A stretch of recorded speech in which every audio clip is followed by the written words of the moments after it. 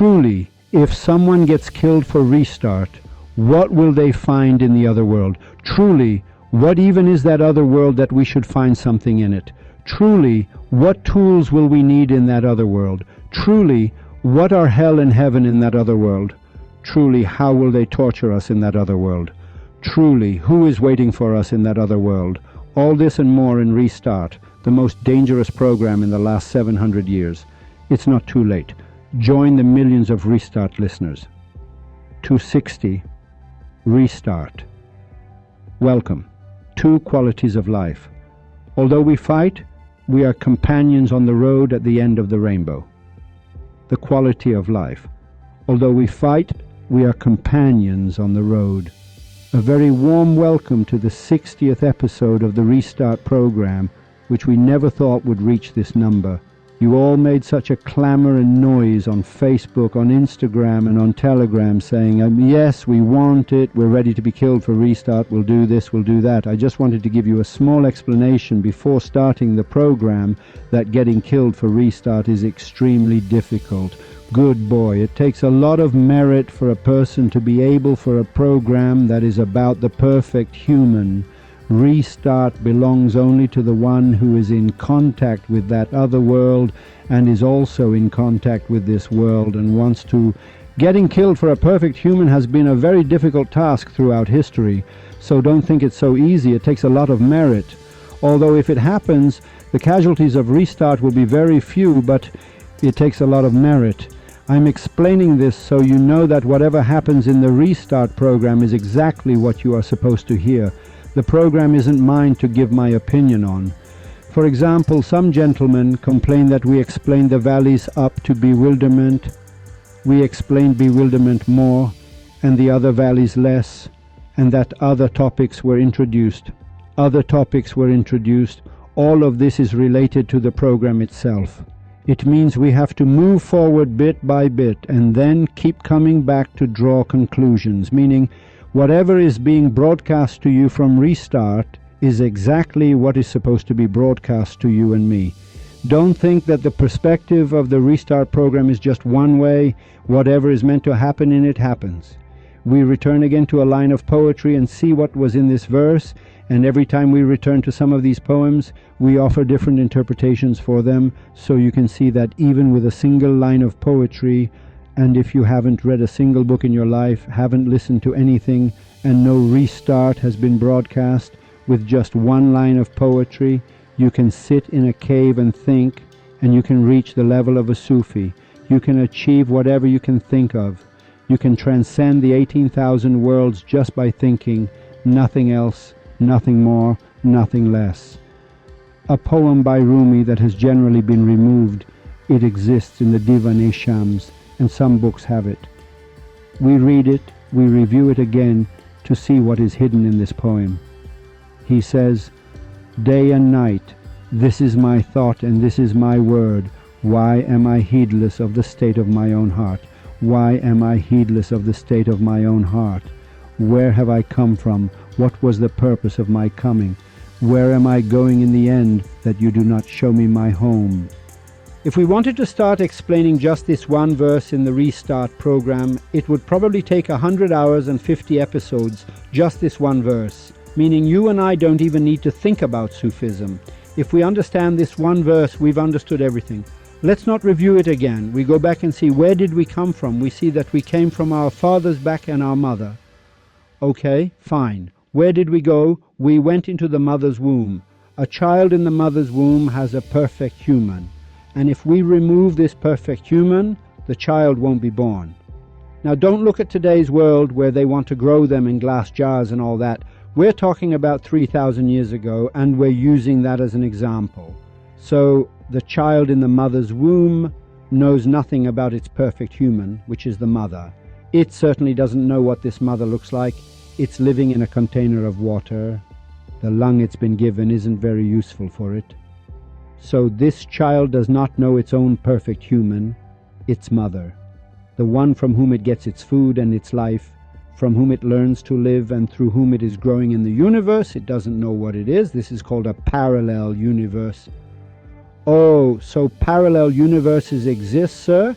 Yes, this is exactly what a parallel universe is, meaning the child in the mother's womb is in one universe within another world. And when it comes into this world of you and me, it's another world. And when it dies, it again enters another parallel universe in this very world, but in a different state. Very simple, scientific, logical, from Maurice Maeterlinck and the likes of Plato and Aristotle, and on our side what we'd call a Khayyam, is how we are explaining it. Okay, so the child in the mother's womb is connected to the perfect human. It's so clueless that it doesn't understand there's a perfect human that has shoved a tube into its navel through which it's breathing and eating and living. It understands nothing of the perfect human except for some children who, through dreams, leave the world of the mother's womb and see the mother. And this happens very rarely. Let's go back into the mother's womb. Where have I come from? What was the purpose of my coming? From your mother's womb, Mr. Hosseini. Okay. Then I say again, the mother's womb. We see that in the mother's womb, the child has things that it possesses for no reason. We can very easily, I could go into the wombs of 3 to 5 billion women in the world tomorrow morning, into the womb of the world's mother, for instance, and say to the child, what right do you have to possess these things? Why should a child even have these things in that world? In the past parallel universe, in the mother's womb, we see that this child has legs. They're useless to it. Legs are just a nuisance in the mother's womb. What use do legs have for a child in that world? None. A nostril is important. Lungs, gills, they are there. Of course, the baby is in a gill-like state, and the same baby, when it's born, you can throw it in a pool and it won't die, because the child grew up in water and understands water well. Then it also has lungs, and lungs are useless to it there. A mind is absolutely useless to a child in the mother's womb. We are interpreting, where have I come from? No, not even interpreting, we are looking at it, looking at Rumi from another angle. Okay, so we see the mind is also useless to it, let alone the ass, which is definitely useless to it. But the navel is good for it. Kidneys, it doesn't know what they are being used for there, but many things are useless to it, yet it has them. It can't run there, it can't play soccer, it can't write. Why does it have a mind? What's writing for? Does it need to write? How is it supposed to know if it's left-handed or right-handed? We see the parallel universe, meaning the past world of you and me that we don't remember at all, we just know we were in some hole, is a world that gave you tools to be used in this world. Meaning, if I were a prophet in those mothers' wombs, the babies would ask me, Mr. Hosseini, what are these hands and feet and this mind for? I would have only one answer. I'd say, you'll go and then you'll understand. We understand nothing else. See how simply Rumi is pointing out this scientific problem to you. Now, the consciousness and stability and brains of the 7 billion people in the world, this scientific problem certainly doesn't reach the level of Az-Oddin Nasafi, Rumi and their likes, and it's impossible. We can't go back to before we were in our father's loins to see where we were, because in about 700 years or 1,000 years, they will finally understand that everything the Father ate and did in his world was preparing for the next form of the world. It's the same sentence I said in previous programs. The child chooses the parents, not the parents the child, because of the magnetic field forces of the mother and father, two special forces of love. It doesn't matter if a man even raped a woman, the child that is born through love, meaning the mother wants to see this face in the form that it has in her womb. The mother in love, meaning the valley of love happens for that child there, and the mother, without realizing it, is passing through the valley of love. She herself doesn't know she's passing it. Okay, so we go back and see that in that world they gave us things like fingernails, fingers. Whether you have 10 fingers or 7, what use is that in the mother's womb? You're there for 9 months. You have to have these things. We see that in the mother's womb, we are growing in order to enter another valley in another world, which we think is death. Meaning, When the child is born, the pain of labor, meaning the pressure of the mother's grave, the pressure of the womb's grave is so strong that it screams and cries and suffers until this child is born, meaning it dies from death. It dies again to be born. From this very usage, where have I come from? What was the purpose of my coming? Where am I going in the end that you do not show me my home? It becomes clear. What does it mean? It means that right now, on planet Earth, you and I have tools, and where are we supposed to use them in the next world? They have no use here.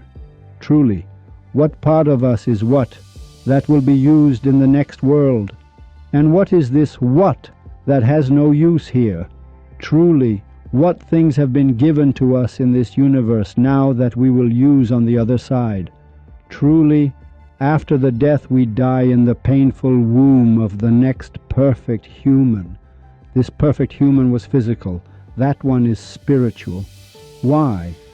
Because the body of you and me goes into the soil. Beautiful, attractive worms eat it. Everyone enjoys it. And the soul of you and me goes. Truly, who is the womb of the next spiritual perfect human?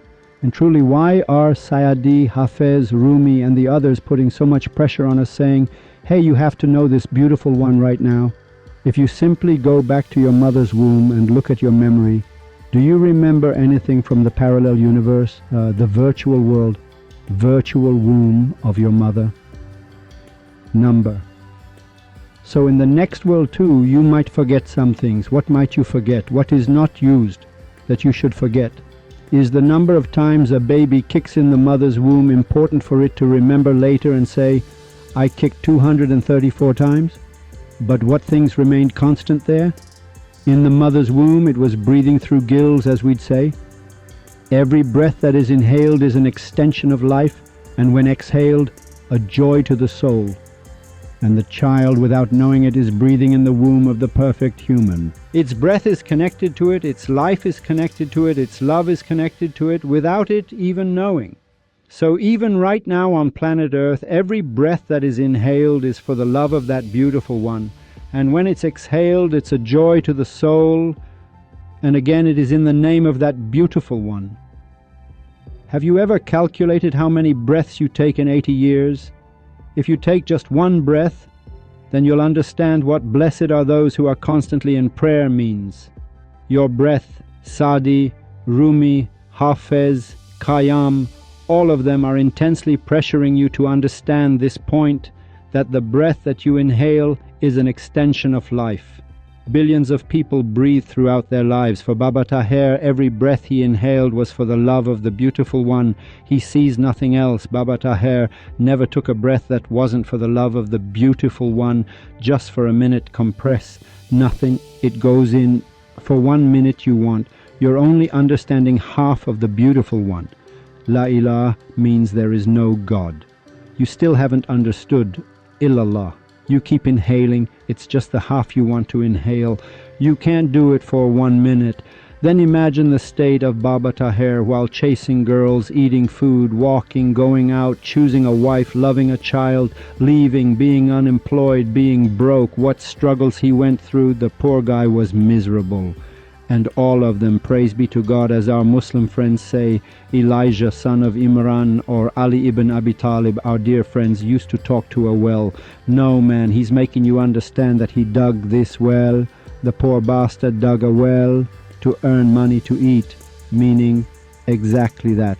This great man dug wells, and why did he talk to the well? Because instead of people using it, everything, he was in the well to make some money. Baba Taher, at every moment, he says, I am the grass of stature. One of the greatest Sufis, meaning if we were to name, I don't know, a few great Sufis, one of them would definitely be Baba Taher of Hamadan. A breath, meaning Baba Taher never took a breath without being mindful of that beautiful one. What does this mean? It means when you understand restart, slowly in your sleep, dreams and wakefulness, you see him. When you see him, he gives you something. When he gives you something, that thing he gave you is yours. And then you focus on it and on that thing they gave you. And every time you focus, according to the measure and number of your focus on that thing they gave you, it opens the parallel universe and you see that which you were not supposed to see. Then open the eye of the heart to see the soul. You will see that which is unseen. And how difficult this is, that for 70, 80 years, a person has not taken a single breath without seeing that beautiful one. It's very hard. Is this a joke? Is this a prank? So, where have we come from? From our mother's womb. What did we have? We had everything. Was it used? Number 9 months. 9 months is a lifetime, you know? 9 months is like 9 years of a lifetime for you. How long did it take? A second. For the mother, her father came out for 9 months. It was hell. So the deprived, the perfect human, is also suffering from tolerating you. Its father has truly come out. Meaning, what hardship must it endure to tolerate the filthy soul of you and me in this universe, to use these spaces of the universe, and then to choose a Sufi from among you and me. What does Sufi mean? There's no joking around with Sufi. Some Sufis... Tell me, sir, tell me about this Ali King of Kerman. Why were so many people from Kerman killed? What was he? Firstly, Mushtaq Ali King, in the presence of the perfect human, was a Sufi who was given the title of king. Secondly, some Sufis are like electricity. For example, let's say electricity in the universe, I'm giving an example, if it gets cut off on earth, something happens, a city is ruined. And next, some Sufis are the acceleration of gravity. If it's cut off, everyone is up in the air. Don't joke around. The shining sun that is glowing up there is a perfect human. That's why the jurists say, sir, is it possible for the connection between the sun and the earth to be cut off? And every second that the connection of the sun's gravity with the earth is cut off, the earth is gone up in the air. And how can God's connection with humans be cut off for years, cut off for 1400 years? Then a new prophet comes. The relationship between God, the perfect human, and humanity, if it is cut off for even a moment, is like the relationship between the sun and the earth. Everything dies. Cut off the acceleration of gravity for 5 seconds. You don't need it to be cut off for 1400 years after Muhammad ibn Abdullah. You don't need it to be cut off for 600 years after Jesus and 600 years before Moses. You don't need this to be cut off. Cut the relationship between the sun and the earth for a few seconds and we're all up in the air. Cut the acceleration of gravity and everything's up in the air. Yes, Mushtaq Ali, king of Kerman, he was this acceleration of gravity. So now whoever died, well, the dog is dead, too bad for them. The Gnostic, the Sufi, Sufism and Mysticism each have their own ranks, meaning the magnetic field of Mr. Mushtaq Ali, king of Kerman, was so strong that whoever came near was sent flying. And after that, I can't even explain this Mushtaq Ali, king of Kerman. Why? Because first we have to explain Halaj. Next time, we need to understand Halaj. Until we understand who Halaj was, we won't understand anything about Mushtaq Ali, king of Kerman. How many Sufis in the world have been killed by the people and the government and the regime and the jurists, and then all this slaughter was unleashed? No, my dear sir. They killed this very Shams Tabrizi. Rumi's son killed him. The intelligence ministry and all of them, and Rumi's son and a bunch of kids with batons rushed in yelling, Ya Allah, salawat, salawat. And the little clerics also rushed in, and the jurists gathered and they took him and killed him, this very Shams Tabrizi. But no slaughter was unleashed in the world. It's a very important point to know the degrees of Sufism, in that what this magnet is turning into, what it becomes. Some are black holes, they just swallow everything in the story. It's known. Today I just gave a small example for this poem I chose. Just know that if we shut down this restart, first of all, whenever restart is shut down, its effect has already been made. It makes no difference. That antivirus that has shaken you and me, that has made you so brave and audacious, The Basiji kids today, when it first started, 300 of those Basiji kids stormed our pages to curse at us. They themselves, meaning in the virtual world, other groups, social networks they had created, they went and said, go attack Hosseini.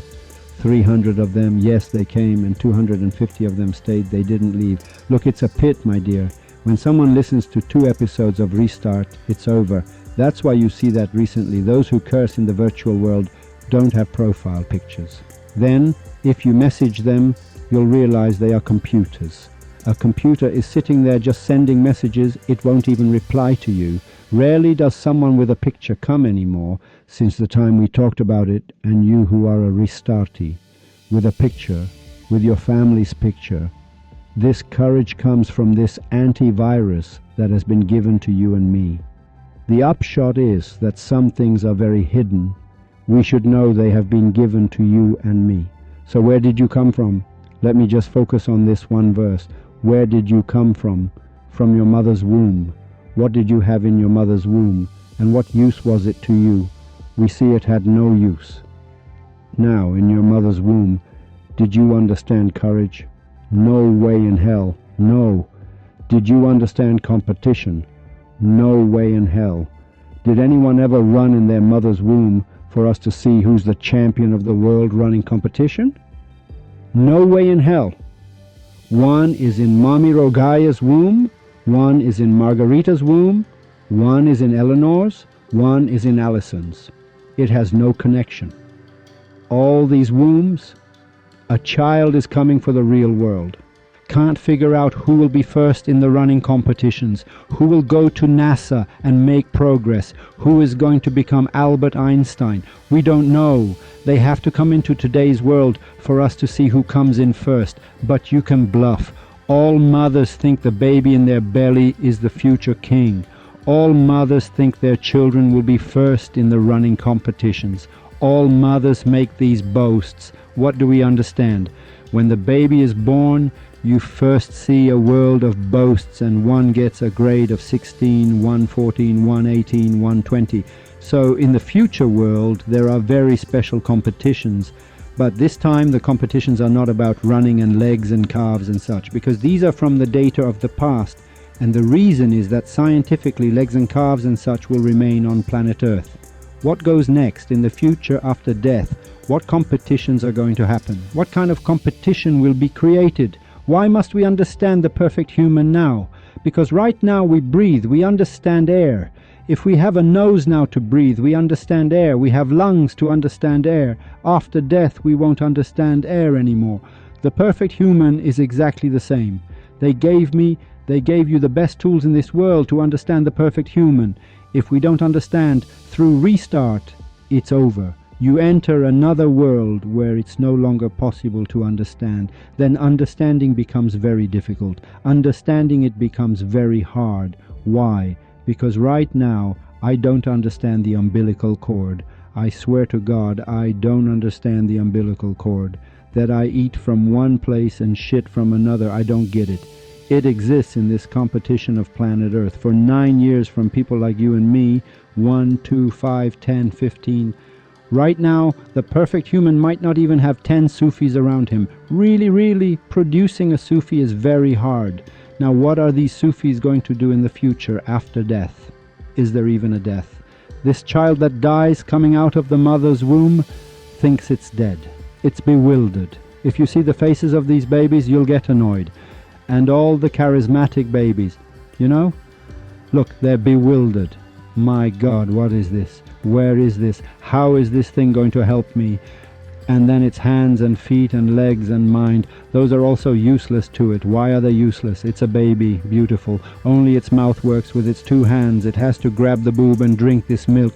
The rest of it doesn't work again. Again, it can't run. Again, its mind doesn't work. Meaning this head they gave it in childhood, when it comes out, it then starts to grow. It reaches physical and mental maturity. So when you die, you have to take some things with you that we are going to talk about after episode 80-90, what those things are, that when you go to the other world, those things have to mature. So they gave us something superior. We were going up. Which hell? May God bless the father of these priests. Someone in this century appeared and said hell doesn't exist. May God bless the father of this pope. They must have become Restartees. Thank God. Anyway, soon the world will become Sufism and mysticism and restart. The world will become it. Because no cleric, rabbi or priest has an answer anymore. The poor wretch doesn't know a thing. He has nothing up his sleeve to tell you. He has nothing up his sleeve to teach you. Good boy, good girl, he has nothing. That which exists is from Sufism and mysticism. Take this away from him and you're floating. Azz-ud-Din Nasafi has a sentence. He says, "O dervish, no." Dervish means Socrates. The word dervish is thousands of years old. It has been said and has existed throughout history under different names. Dervish means Socrates. Let's go back to the past. Dervish means someone who is sure he understands nothing. Dervish means a baby coming out of the mother's womb. That's called a dervish, meaning until you feed it, it only knows how to cry and can do nothing else. It gives a little smile to trick its mommy into giving it something. Dervish means he understands that he understands nothing. So Socrates says, I know that I know nothing. This becomes a dervish. Remember these words. A Sufi named Socrates, meaning he sees himself as a child, wretched, miserable, who can't even...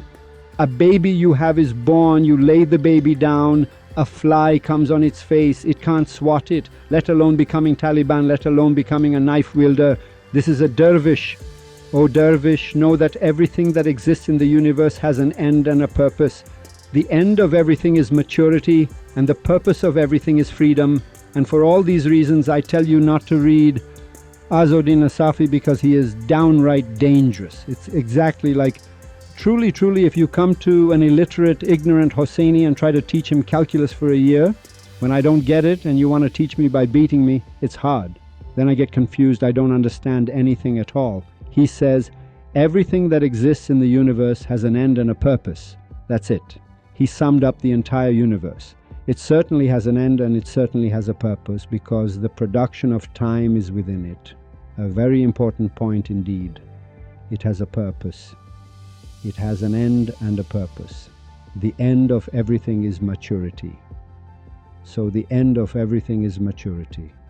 And the purpose of everything is freedom, meaning it becomes free. What does this mean? The baby is in the mother's womb. Its purpose is maturity in the womb up to a certain point. Then freedom, it's freed from the womb and comes out. I live for 90 years. My maturity here is supposed to reach a certain level. When I die, it's freedom again, meaning it's released. Exactly. And this word cannot be understood except by an example. He says you won't understand my words unless I give an example. When a fruit on a tree is complete and reaches its end, it has matured. He's talking about maturity. He says when the fruit ripens, it has matured. And when the fruit, after maturing, separates from the tree and breaks its bond with the tree, it is said that the fruit has become free, her, meaning it is freed. What is the end of the fruit? When it reaches maturity on the tree, it's said to have reached perfection. Then what happens? This fruit separates from the tree, meaning it certainly separates, and this is called liberation. It became free. Exactly as you have understood the meaning of end and purpose, now know that the sign of the end is that it returns to its own beginning. He is explaining the concept of a circle. Everything that has returned to its beginning has reached its end. This is such nonsense. We don't have circles in the universe. Last time I said 3.14, they still haven't found the end of it. This with billions and billions and billions, meaning it has been proven that in the universe the shape of a circle does not exist. The end is that it returns to its beginning. Everything that has returned to its beginning has reached its end, meaning the wheat seed that was planted in the ground and its conditions were maintained. It is constantly growing and developing, and every day it is progressing and increasing until it produces fruit. And the fruit of everything is the seed of that same thing. When it reaches its own seed, it reaches its own end. It's that simple. I was born from a seed, and I will later plant a seed myself. It's that simple. The end and purpose in the world of an apple tree. An apple seed was planted, the tree struggled, went through winter. But in that world, he will turn you into a fly if you are a piece of filth. He will place a fly master over you, so you have to eat things you wouldn't eat in this world. Then you'll have to go and sit on other people's things to get vitamins, meaning he will turn you, Hosseini, into a fly in that world to come and sit on the feces of the Restartees of that world and eat, so that maybe, just maybe, it will have a vitamin to use. And then this evolutionary path must continue, because we are from on high, and on high we shall go. There, in that world, you must be taught a language. The concept of forgiveness, humanity, we will understand there, and many other things that are inherent in you, which will be explained in programs 80, 90, and beyond, so that we know what everything I have said has been said by Rumi, Sadi, Hafez, and the great figures of Sufism and mysticism. I have not said anything of my own. I entrust you to that beautiful one, in the hope that one day, when you are born from the next grave's womb, you will see his beautiful face and handsome countenance smiling at you, seeing you in the form of a human in another mirror, in the hope that we Restartees can do something in this world to see each other as human beings. So heaven and hell is a very deep subject that you must understand. What meaning does the heaven of you and me on planet Earth have for a fly? What use is a garden this beautiful for an earthworm that moves on its belly? In that world, if you are born in the form of a worm, how much of our heaven will you see? Welcome to the world of the perfect human. Welcome to Sufism and mysticism. Welcome to the refuge of that beautiful one. Cling to this rope before it's too late. Farewell.